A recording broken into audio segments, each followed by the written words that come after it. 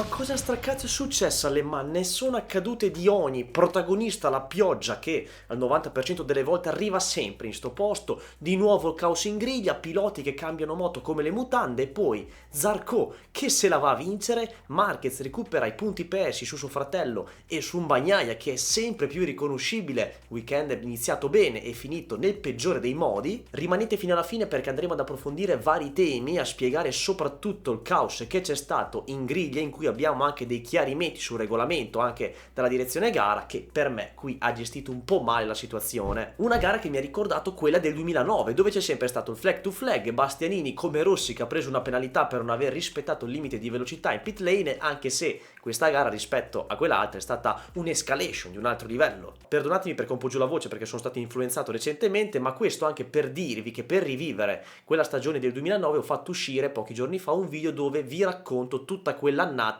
nel dettaglio. Lo trovate qui nelle schede oppure in descrizione, e dunque per non perdervi nessun video oppure per recuperare gli scorsi iscrivetevi al canale, attivate la campanellina delle notifiche, e per vedere contenuti inediti che magari qui non posto seguitemi sui miei social Instagram e TikTok. Ce la facciamo ad arrivare entro fine mese a 45.000 follower su Instagram, vi lancio la sfida, così poi alla fine della gara potrete anche fare la vostra domanda a considerazione nel box per finire nello spazio social che andremo a trattare dopo. Quante bandiere rosse ci saranno state questo fine settimana? Secondo me siamo intorno alla doppia cifra, perché tra cadute e interruzioni il numero è bello ampio, considerando anche la Moto E. Ma che poi c'è qualcuno che si caga la Moto E? Già gira la voce che forse non vanno avanti col campionato perché mi sembra di aver letto che Ducati non faccia più le moto, poi non se la fila nessuno, è un bel flop la Moto E se andiamo a fare un bilancio. Gara della Moto3 con il finale più scontato di tutti. Era palese che Rueda l'avrebbe spuntata dopo che Muñoz e Cheso sarebbero finiti in bagarre. Infatti era lì, bello guardingoli di dietro, perché si aspettava giustamente Muñoz che ci provasse. L'unica cosa è che non sono molto d'accordo con la direzione gara, e tra poco andiamo ad approfondire anche dell'altro, nel togliergli la posizione da secondo e finito terzo. Io penso che sì, è un attacco molto al limite, borderline, che ha spinto fuori Cheso, però era l'ultima curva dell'ultimo giro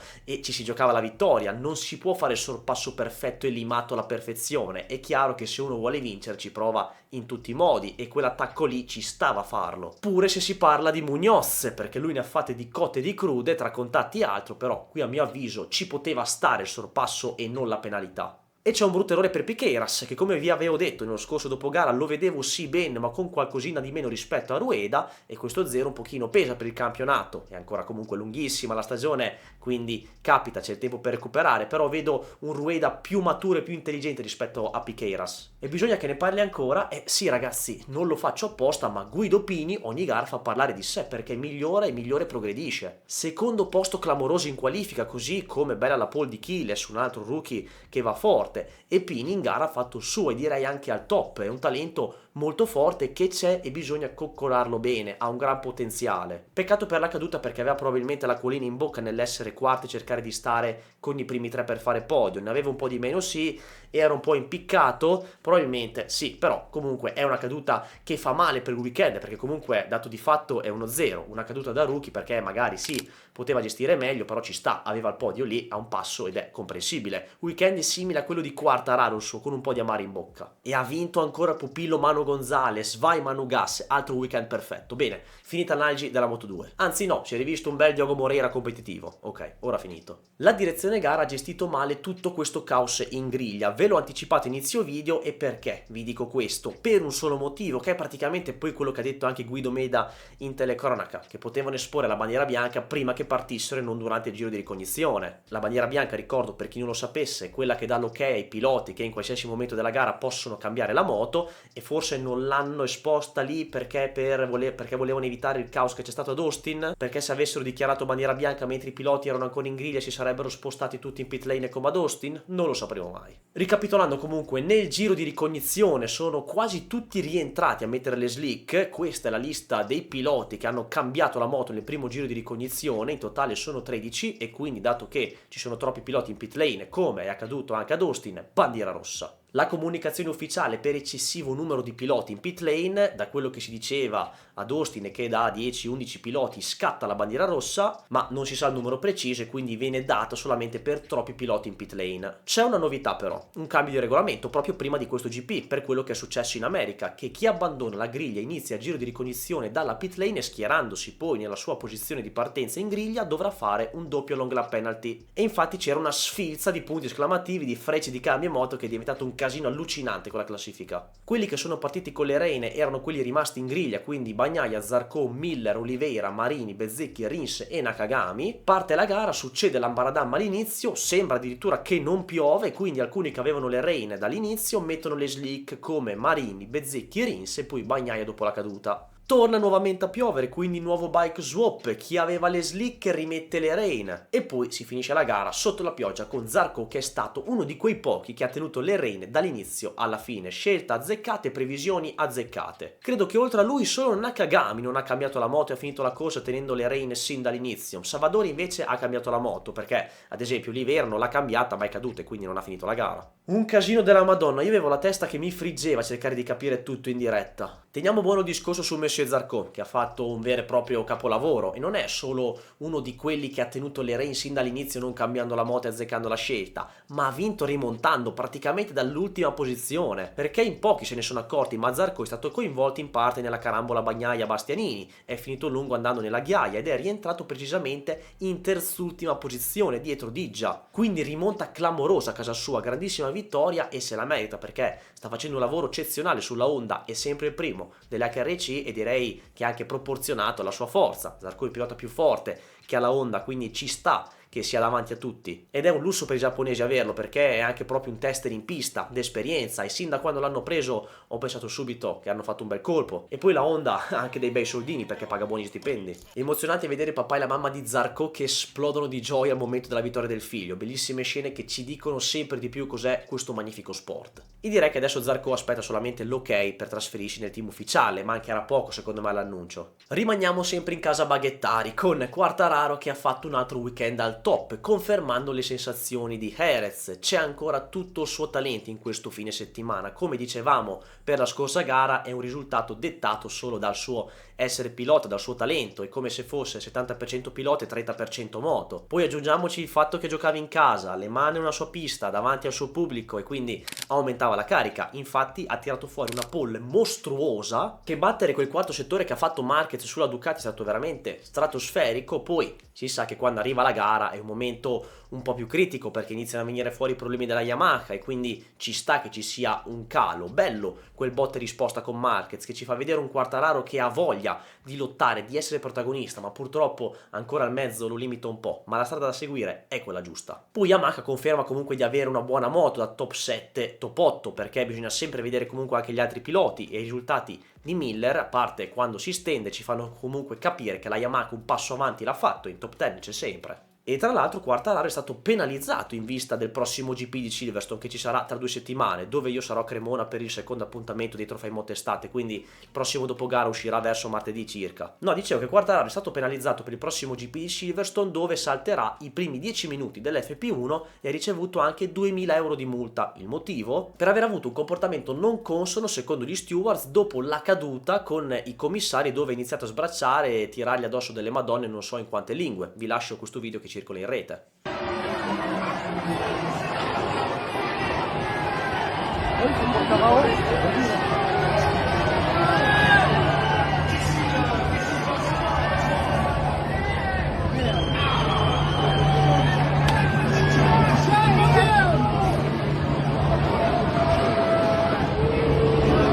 Lato KTM, allora anche Viñales ha confermato quanto fatto a Jerez e io dico calma, aspettiamo ancora a giudicare, sappiamo com'è Viñales, Le Mans è sempre stato un suo circuito e quindi ci stava il fatto che andasse forte, però questa volta penso che possa essere comunque spesso il primo delle KTM se non ricasca nella sua solita incostanza, perché a Bastianini ci finisce sicuramente davanti, pure a Binder perché anche lui in un momento no da ormai un anno e se la giocherà con Acosta, o meglio, questa qui è la situazione adesso. Su Pedro invece che ha fatto il suo primo weekend post operazione di sindrome compartimentale di cui ne avevamo già parlato negli scorsi dopo gara che aveva questo problemino e che non si era mai operato per questo classico che si vede nelle moto e come da copione ci sta il fatto che lo subisca un po' in gara, che abbia avuto il braccio ancora indolenzito e quindi soprattutto verso la fine la forza nel braccio cala. Però devo dire che comunque sì, Viñales ha fatto meglio sul giro secco rispetto ad Acosta e gli altri KTM, però non è che magari Acosta fosse anche un po' limitato nel guidare proprio a causa del braccio, e che magari adesso possa dare il 100% da Silverstone oppure dal Mugello, quindi riuscire a guidare sopra i problemi come un Quartararo e fare ottimi risultati? Già il fatto che stia cadendo meno rispetto all'inizio è un fattore positivo. Avrebbe fatto un bel weekend completo se non avesse fatto quella sbavatura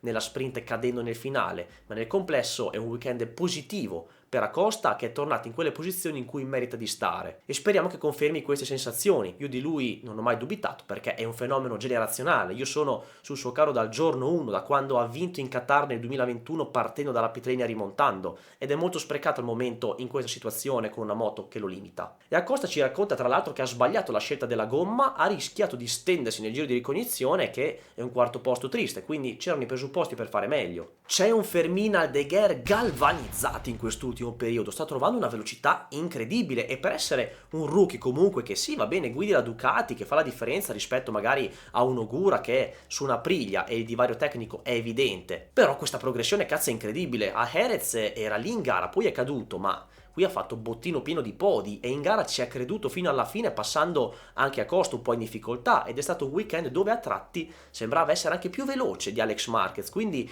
monitoriamolo anche per i prossimi GP perché è interessante questo suo miglioramento. Non esce dal limbo la Aprilia, se non torna Martin questi fanno veramente fatica, e poi Martin quando tornerà non sarà neanche al 100%, quindi dovranno aspettare ancora un po'. L'unica cosa positiva è il primo weekend decente, e infatti poi è stata una gara anomala, di Raúl Fernández, che si mette in Q2 e poi fa top 10 sia nella sprint che nella gara. Ogura fa sempre il suo e non lo tocchiamo, altra top 10 solida per lui, mentre Bezzecchi è un altro di quelli irriconoscibili al momento. Cazzo, anche lui dietro a quelli del team cliente, ci sono parecchie sbavature, aveva fatto una buona qualifica, poi però nella sprint sbaglia, la gara va così, ma nel giudicare la maggior parte dei piloti in questa gara anomala non è facile trarre un giudizio al 100%, perché appunto è stata una gara di quelle strane, no? Di quelle ingiudicabili, dove ci sono un po' dei risultati falsi per alcuni piloti. Anche Bezzecchi lamenta dei problemi all'anteriore, in ingresso, con delle forti vibrazioni, e come dico sempre è brutto vederlo in questa situazione, e non deve neanche essere facile per lui essere nuovo nel team e doversi prendere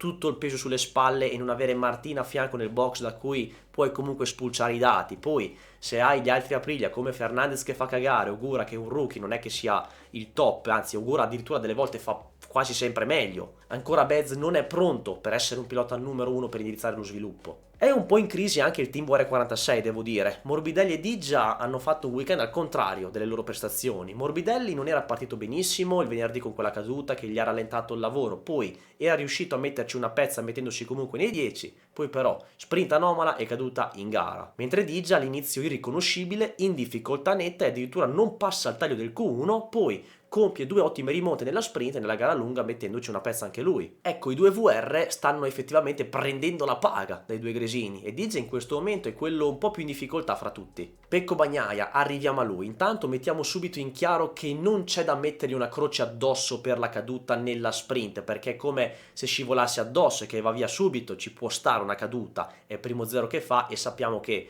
le sprint lui non le digerisce, ma aveva fatto sempre il possibile, aveva raccolto il possibile non stendendosi.